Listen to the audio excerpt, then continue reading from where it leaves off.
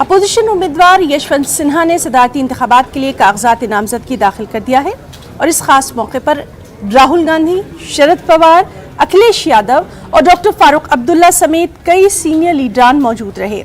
Opposition ने ताकत का मुजाहरा किया। यशवंत सिन्हा का मुकाबला एनडीए उम्मीदवार द्रौपदी मुर्मू से है। सदारती इंतखाबात 18 जुलाई को होना है। अरे आप जिसको बता रहे हैं